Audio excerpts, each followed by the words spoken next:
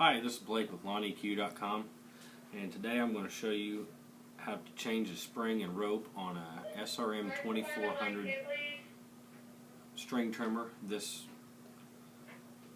starter is used on PB200s, PPT2400s, several different models.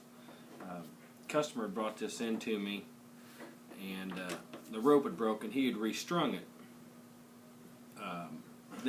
Since then, he's broken a spring. I can probably guess why. But first, you're going to take that center screw out and pull this center hub, and as you can see, the spring just came unwound like usual. By looking in here, this spring, the end of it's been bent over, and where it hooks to the starter housing's bent over, which tells me that when the string broke, he rewrapped it and wrapped it too tight, and it was pulling it to the end of the string instead of to the end of the rope. What we're going to do here is just take this spring out. You can rebend these and put them back in there to get you by, but they'll usually end up breaking off.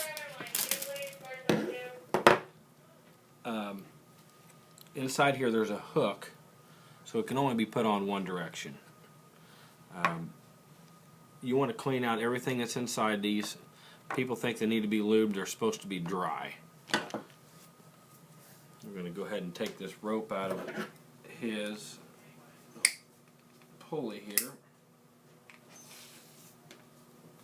You're going to need about 3 foot of a 3.5 millimeter rope, and get you a new spring.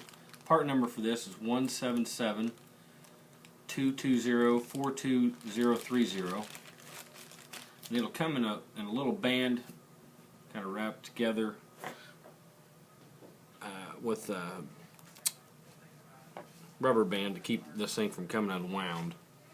Like I said, if you look right where the starter hole is at, there's a little slot for this hook to set into. You're just going to set it down in there, get it over that hole, and then push it down. You kind of got to hold down on that, and then just pry this little outer band off and let that kind of unwind in there. And the spring should be just right up against or just out from the center post. Another thing you want to check for when they've overdone these, that they didn't crack this center post. If that's the case, you're going to need a whole new starter. This one here looks good. I normally go ahead and put the rope in. You can do it either way. So go ahead and just pull it through there and tie you a quick knot. You can't leave too much of a tail because it hangs out down by the spring. And make sure it's good and tight. You don't have to get all this on there and then it pull through.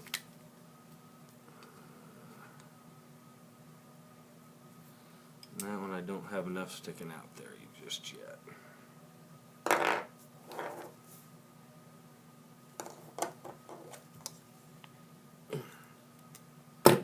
Get that on there good and tight. Pull it down through there.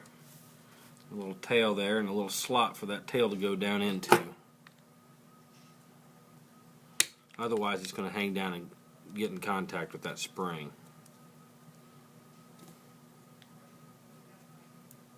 Get it shoved down into that right there. And it's going to sit in there like that. The rope comes out this way, so we want to wind it up like that.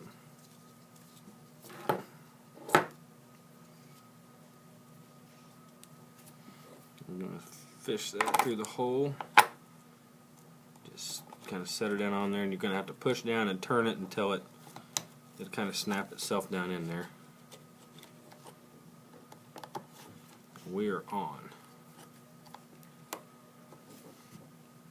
And all we got to do is put our screw back in. Let's see there.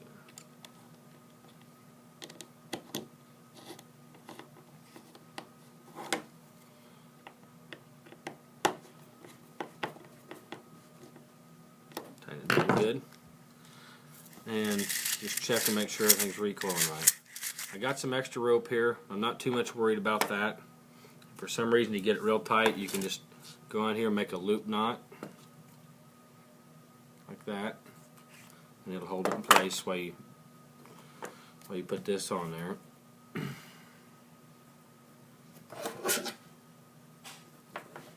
Feed the rope through. I only do like what I call a figure 8 knot. Just go over, twist it around one time, and then come back through. What that does is leave a little fatter knot, so it won't just pull right through that hole. You can, some people have put a little washer on here too. It'll work either way. Pull that out, make sure it's getting tight. Pull that, and as you can see, I've got a lot of slack left over.